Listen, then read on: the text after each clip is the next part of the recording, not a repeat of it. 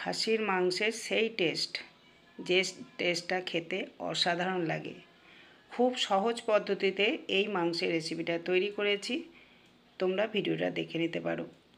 এর জন্য মাংসটা বাজার থেকে নিয়ে আসার পর ভালো করে ধুয়ে পরিষ্কার করে নিয়েছি আর তেল আর হলুদ মাখিয়ে রেখে দিচ্ছি।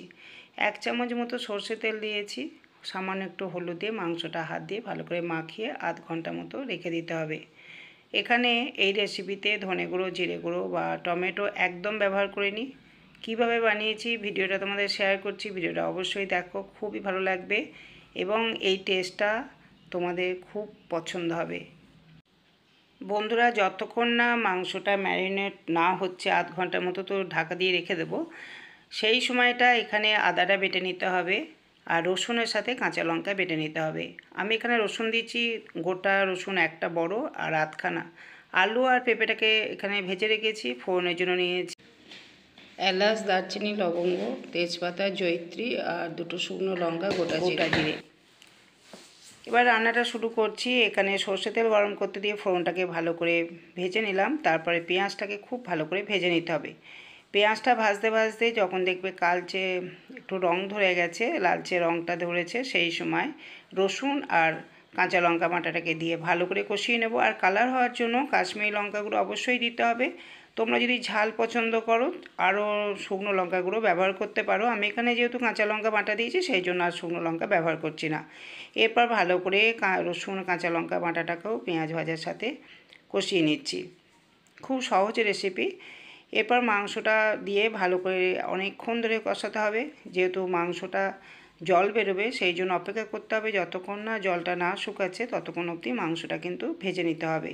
সময় লেগেছে মাংসটা ভাজতে 20 মিনিট মতো। মিডিয়াম টু লো ফ্লেমে এইভাবে নাড়াচাড়া করতে হবে আর ঢাকা দিয়েই নাড়াচাড়া করতে হবে। এতে মাংসটাও খুব ভালোভাবে সিদ্ধ হয়ে যাবে, প্রেসার কুকারের দরকারও নেই। আমি যেভাবে রান্না করছি ভিডিওটা সম্পূর্ণ দেখবে। যদি ভিডিও পছন্দ হয় ভিডিও শেষে অবশ্যই একটা লাইক, কমেন্ট এবং বন্ধুদের শেয়ার করো আর চ্যানেলটিকে সাবস্ক্রাইব করে দেওয়ার জন্য অনুরোধ করব। দেখো বন্ধুরা, ঢাকা দিয়ে বারবার মাংসটা নাড়াচাড়া করছি। একটু সময় লাগবে, তাহলে মাংসটা কষতে থাকি, তোমরা ভিডিওটা দেখতে থাকো।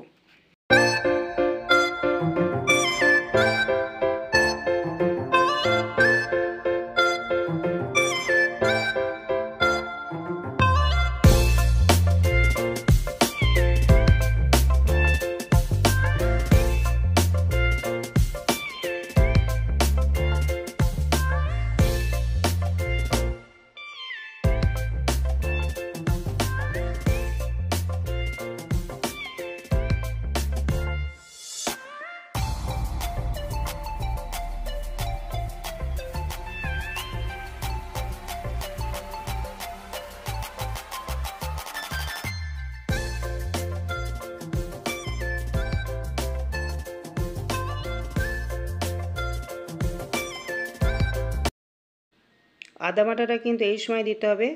পেঁয়াজ, রসুন, কাঁচা লঙ্কা বাটার সঙ্গে কখনোই আদা বাটা দেবে না মাংস রান্না করার সময়, তাহলে মাংসের সেই টেস্টটা পাবে না। আমি এখানে আদার সাথে নুনটাও দিয়ে দিলাম, তাহলে যতটা জল বেরোবার বেরিয়ে যাবে, ভালো করে এতে মাংসটা কষানো হবে। আর নুন দেওয়ার জন্য মাংসটা অনেকটা সফট হয়ে যাবে। সেই জন্য আমার এটা প্রেসার কুকারে রান্নাও করতে হয়নি, কড়াইয়ের মধ্যেই করে নিয়েছি।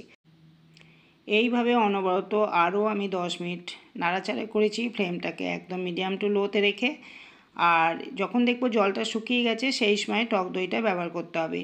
টক দইটা আমি ফেটিয়ে রেখে দিয়েছি।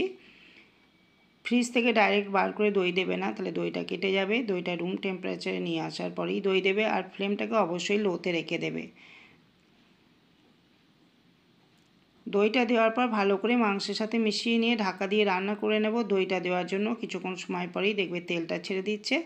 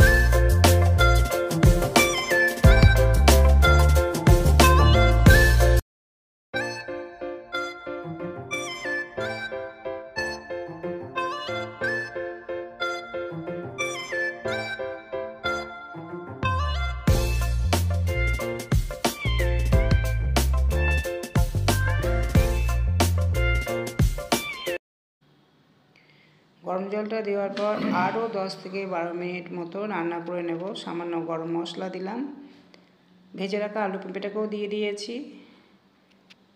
পরিমাণ মতো নুন লাগবে, নুনটা দিয়েছি আগে, একটু নুনের পরিমাণ কম হয়েছে সেই জন্য সামান্য একটু নুন দেব।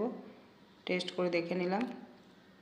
অল্প একটু চিনি দিচ্ছি টেস্টে ব্যালেন্স রাখার জন্য। আরও 10 থেকে 12 মিনিট ফুটিয়ে নেওয়ার পর মাংসটা একদম রেডি হয়ে গেছে। এই রকম মাংস গরম গরম ভাতের সাথে পরিবেশন করো, খেতে খুবই ভালো লাগবে এবং বাড়ির লোকেরা খুব খুশি হবে। পুরো ভিডিওটা দেখার জন্য তোমাদেরকে অসংখ্য ধন্যবাদ। নেক্সট দিন অন্য একটা ভিডিওর সাথে দেখা হবে। Thank you.